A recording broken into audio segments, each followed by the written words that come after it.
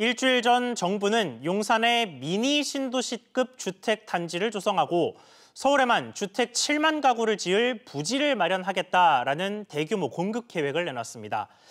이때까지만 해도 코로나19로 침체된 부동산 시장을 살리기 위해서 정부가 나섰다, 이런 평가가 나왔는데, 최근에는 또 청약으로 당첨된 분양권의 사고 팔기가 금지되는 이 지역을 크게 늘리는 대책이 나오는가 하면, 월세 등을 놓고 소득을 올리는 임대소득자는 연소득 2천만 원 이하도 소득세를 신고해야 합니다.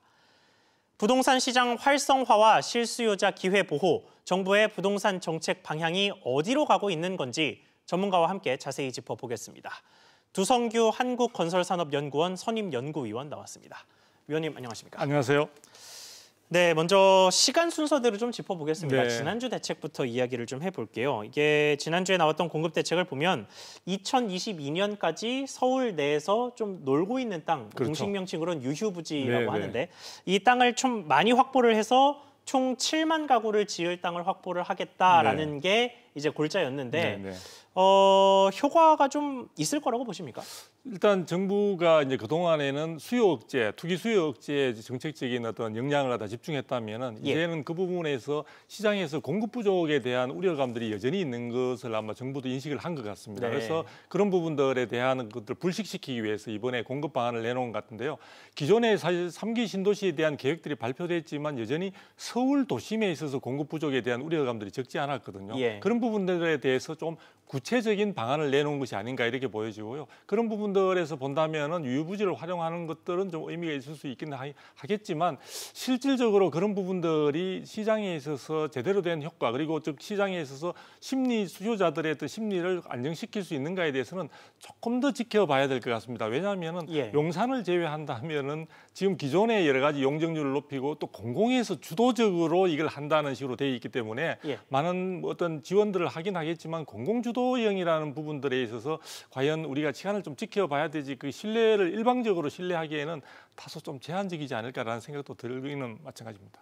네, 그런데 이 그간 정부의 공식 입장은 꽤 오랜 기간 동안 서울과 수도권에 충분한 공급이 이루어지고 있다라는 거였습니다. 그런데 지금 말씀하신 내용대로라면 그 입장을 정부가 뒤집었다는 이야기인데, 이제 와서 이런 생각을 하게 된 이유가 있다면 어떤 게 있을까요? 그래서 지금 정부가 이번에 발표 내용에도 수도권 공급, 이제 주택 공급 기반 강화라고 이제 명칭을 달고 있는데요. 수도권에 공급하는 내용은 사실 내용을 들여다보면 크게 없습니다. 기존에 3기 신도시를 조금 더 일정을 앞당기겠다는 것하고, 예전에 이제 2017년도에 주거복지 로드맵에서 이야기했던 5년간의 100만 호 중에 지금 남아있는 77만 호를 갖다가 신속하게 가능한 한 또 분양이나 이런 부분들을 조기 실현하겠다라는 내용들이 담겨져 있기 때문에 궁극적으로 내용은 서울의 공급을 확충하는 쪽으로 다 집중되어 있는 상황들입니다.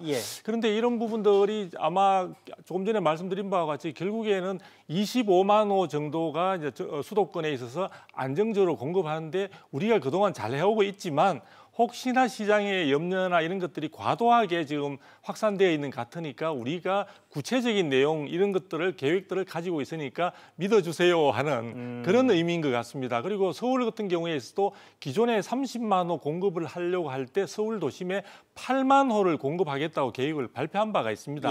그 부분에다가 좀 더 이번에 보면 어떻게 마른 수건 짜내듯이 그 땅에다가 용적률이라든지 공공에서 여러 가지 부담금이나 이런 것들을 지원하면서 한 7만 호를 추가적으로 할 수 있는, 그리고 가장 아껴 놓았다고 볼 수 있고, 사실은 뭐 조금 다시 말씀을 드리겠지만 용산이라는 굉장히 좋은 거기에다가 8,000호라는 주택을 넣는 그 내용까지 하면서 정부가 시장에서의 또 불안감을 불식시키려고 하는 것 같아요. 그래서 기존에 했던 여러 가지 정치적인 어떤 뭐 총선에서도 지금 압승을 한 상황이고, 또 지금까지의 수요 부분에 대해서 억제, 세제와 대출 규제로 많이 억제를 하고 있으니까 아마 공급 부분에 대한 이러한 시그널을 시장에 준다면 시장은 장기적으로 하향 안정세가 지속되지 않을까 하는 것이 아마 정부의 기대감인 것 같습니다.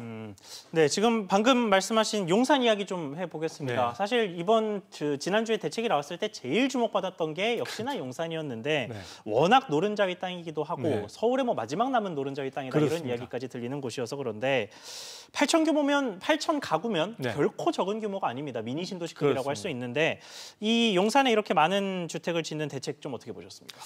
제가 볼 때 뭐 저는 예전에 국제업무단지를 추진하는 과정에서 여러 가지 이제 우여곡절이 많았는데요. 예. 그때 보면서도 그게 과연 서울에서 가장 중심부에 있고 또 핵심적인 그 공간이기 때문에 이것이 서울의 국제 경쟁력이나 장기적인 어떤 발전 방안 속에서 우리가 좀 검토되었으면 좋겠다라는 아쉬움이 상당히 많이 있습니다. 네. 물론 지금 시장에 있어서 서울의 주택 공급 부분이 내년이면 입주 물량이 굉장히 줄어들게 되거든요. 네. 그래서 서울 같은 경우에는 올해까지 한 4만 호 정도로 공급이 입주 물량이 공급이 되지만 내년부터는 2만 5천 호 이하로 계속 줄어들어서 이제 공급이 굉장히 크게 축소되니까 그런 부분에 대한 시장의 불안감을 한 번에 해소해 줄 수 있는 상징적인 의미도 있다고 생각을 한 것 같아요. 그래서 8천 가구고 그 중에서도 사실은 임대주택이 30% 정도 지금 예상되고 있기 때문에 그렇게 한다면은 서울의 주택 공급에 있어서 의미 있는 어떤 상징적인 것은 되겠지만 서울이 지금 매년 약 한 4만 호 정도의 공급이 되어줘야 되는 그런 지속적으로 되어줘야 되는 점에서 생각할 때 용산이라는 한 공간에서 8,000호를 공급한다는 그 자체가 지속적으로 수요 부족을 충분히 장기적으로 메워줄 수 있는가에 대해서는 네. 저는 좀 의구심을 가지고 있습니다. 그렇군요. 자, 그러면 실제 용산의 분위기가 어떤지 좀 궁금합니다. 네네. 이게 들리는 말마다 다 달라서 그런 건데 네. 어디서는 기대감이 부풀어 올라서 굉장히 뜨거워서 뭐 정부가 새로운 규제를 마련해야 할 정도다라고 하고 어떤 쪽에서는 전혀 아니다, 오히려 차가워졌다 이런 식의 이야기도 하고 실제 시장 분위기 어떻다고 보십니까? 네, 제가 볼 때는 제가 이제 예전에 그 국제업무단지 이야기할 때 다시 한번 말씀을 드리면 예. 그때 그 사업이 이제 무산되면서 제일 실망을 했던 곳이 서부 이촌동입니다. 그러니까 이촌동 그렇게 용산의 중심으로 그 정비창 지금 부지의 동쪽에와 서쪽에 보는 동네가 이제 이촌동이 하나의 동부 이촌동, 서부 이촌동으로 구분해서 이야기를 하는데요. 예. 지금 서부 이촌동은 말 그대로 개발을 해야 하는 그런 굉장히 지금 노후가 좀 됐죠. 낙후된 그런 지역이고 동부 이촌동은 상당히 이제 한강변을 중심으로 해서 기존의 주택들이 고급 주택들이 절비한 그런 쪽이라고 볼 수 있죠. 예. 그런데 사실은 용산이라는 그 땅 자체가 그 인근의 유엔사 부지라든지 이런 쪽으로 해서 향후에 공원으로 개발된다든지 하여튼 등등 해서 주변의 여러 가지 환경들이 굉장히 좋게 성장할 수 있는 그런 쪽으로 이제 구성이 되어 있습니다. 그래서 동부 이촌동에서 볼 때는 지금의 어떤 그 정비창 그게 국제업무단지처럼 업무단지라든지 상업시설이라든지 이런 것들이 굉장히 그 밀집도 있게 만들어진다면은 지금 이촌동 자체가 전반적으로 경쟁력이나 이런 부분에서 향상될 수 있고 여러 가지 예. 주변의 기반 시설도 확충될 수 있는 계기로 될 수 있기 때문에 그에 대한 기대감이 많았는데 지금 이렇게 해서 주택으로 들어가게 된다면은 서부 이촌동 같은 경우는 개발도 안 되는 상황에서 같이 함께 개발될 수 있는 기대감을 가질 수 있지만 동부 이촌동으로 봐서는 기반 시설은 확충되지 않은데 예, 주택만 많이 이제 만들어짐으로써 이것이 일반적인 주거 단지로 그냥 변질되는 데 대한 상당한 실망감들도 좀 표현되어 있는 것 같습니다. 그런데 이것을 내색하고 있는 것 같지는 않고요. 예. 서부 이촌동은 기대감을 좀 표현하고 있는 상황인데 동부 이촌동 쪽에서는 조금 아쉬움을 내심 갖고 있는 것으로 지금 추정되고 말하자면 있습니다. 표정 관리를 하고 있다. 그렇습니다. 그 정도로 네네. 정리를 해보겠습니다. 자, 그러면 이제 최근의 대책으로 좀 넘어가 보겠습니다. 네. 오는 8월부터는 뭐 기존의 규제 지역이 아니더라도 청약에 당첨된 분양권을 사고 파는 게 금지가 됩니다. 네, 그렇죠. 그래서 일부 규제 지역에서만 지금까지 행했던 건데 수도권, 지방광역시 대부분 지역까지 확대가 되는 건데 네. 현재 청약 시장 상황이 어떻길래 이런 대책이 나온 겁니까? 지금 유일하게 부동산 시장이 상당히 침체되어 있는 가운데 청약 시장만 지금 달아오르고 있는 상황입니다. 왜냐하면 지금 분양가 상한제가 아직 전면적으로 진행되고 있는 것은 아니지만 예. 실질적으로 다른 시세에 대비해서 굉장히 저렴하게 살 수 있는 부분이다 보니까 로또 청약 이야기가 나오고 있죠. 그래서 모든 사람이 청약에 이제 다 집중되고 있는 상황인데 그러한 부분과 관련해서 지금 청약 시장에 상당수가 이렇게 많은 차익을 단기적으로 기대할 수 있다 보니까 투기 수요들이 많이 들어가 있지 않느냐라는 이야기들이 나오고 있고요. 실수요자가 아닌데도 청약을 그렇죠. 노린다는. 국토부 자체 조사에서도 지금 최근 2, 3년간의 어떤 조사를 볼 때 청약 시장에서 당첨되신 분들의 25% 정도가 당첨된 후 6개월 이내에 이것을 갖다 전매를 통해서 수익을 가져가더라 이런 네. 이제 통계들이 있는 것 같습니다. 그래서 그런 부분들이 향후에 있어서도 실수요자들에게 주택이 직접적으로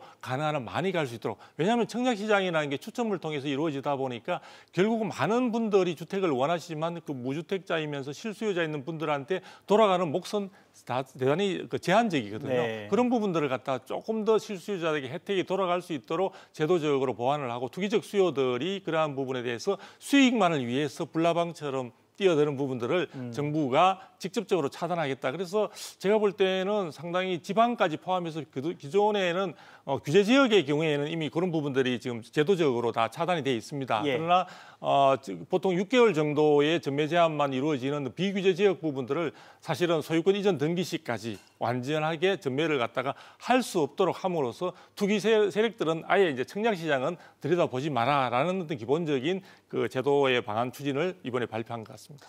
그렇군요. 자, 그런데 이 말씀하신 것처럼 취지는 참 좋습니다만 이게 부작용을 우려할 수밖에 없습니다. 네. 이렇게 되면 청약으로 몰리지 못하는 사람들 그리고 청약으로 받은 사람들도 포함을 해서 똘똘한 한 채로 수요가 좀 많이 쏠려서 오히려 집값을 좀 부추기는 그런 현상이 나타날 수도 있는 것 아니냐 이런 생각도 드는데. 네, 어차피 지금 모든 제도가 한쪽을 하게 되면 또 다른 쪽에 있어 부작용, 뭐 일명 어떤 경우에 있어서는 이제 지역적으로는 또 풍선 효과라는 그런 부분이 나타나는 데서 알 수 있듯이 모든 사람을 현재 만족시킬 수는 없는데요.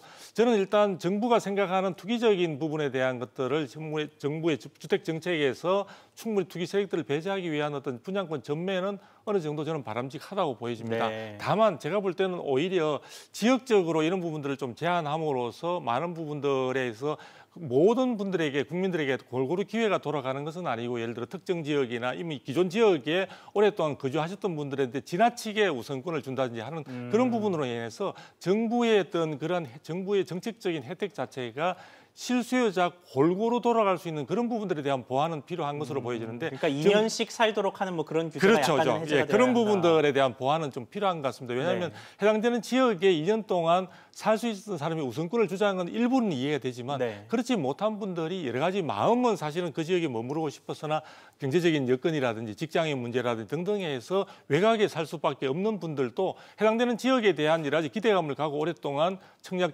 저축을 오랫동안 해왔다는 것을 감안한다면 그런 분들한테도 좀 기회가 충분히 돌아갈 수 있는 제도적 검토가 필요한 것 같아요. 그리고 사실은 투기적 세력에 대한 어떤 여러 가지 것들은 충분히 다른 제도로서도 보완이 가능하기 때문에 그런 부분들이 이루어진다면 정부 정책에서도 좀 균형 잡힌 정책이 되지 않을까라는 기대감을 가져봅니다.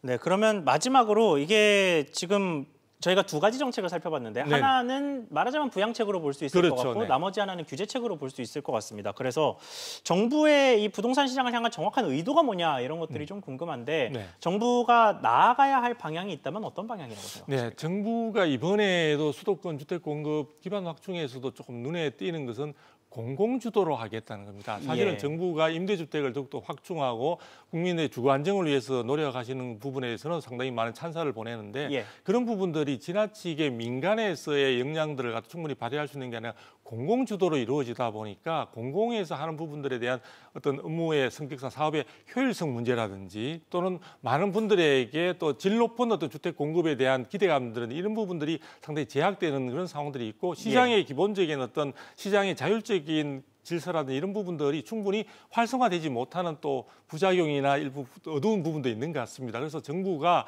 지금 시장에서 우려하고 있는 주택 공급에 대한 부분들을 갖다가 지속적으로 또 장기적으로 안정적으로 가져갈 수 있는 그런 쪽에 좀 노력을 해주시면 좋겠고 공공주도 부분은 아무래도 공적 주택이나 그런 쪽으로 조금 한정을 하고 민간에 있어서도 시장이 좀 활성화됨으로써 지금 코로나 사태로 인해서 경기 침체될 수 있는 이런 부분들의 내수 경기를 부양시키는데 민간 쪽에 있어서도 충분히 역할을 할 수 있는 기회의 장을 좀 만들어주면 좋지 않을까. 그 정책 방향을 그쪽으로 좀 가져갔으면 좋겠습니다. 네, 알겠습니다. 오늘 말씀 여기까지 듣겠습니다. 지금까지 두성규 선임연구위원과 이야기 나눠봤습니다. 위원님, 오늘 말씀 감사합니다. 감사합니다.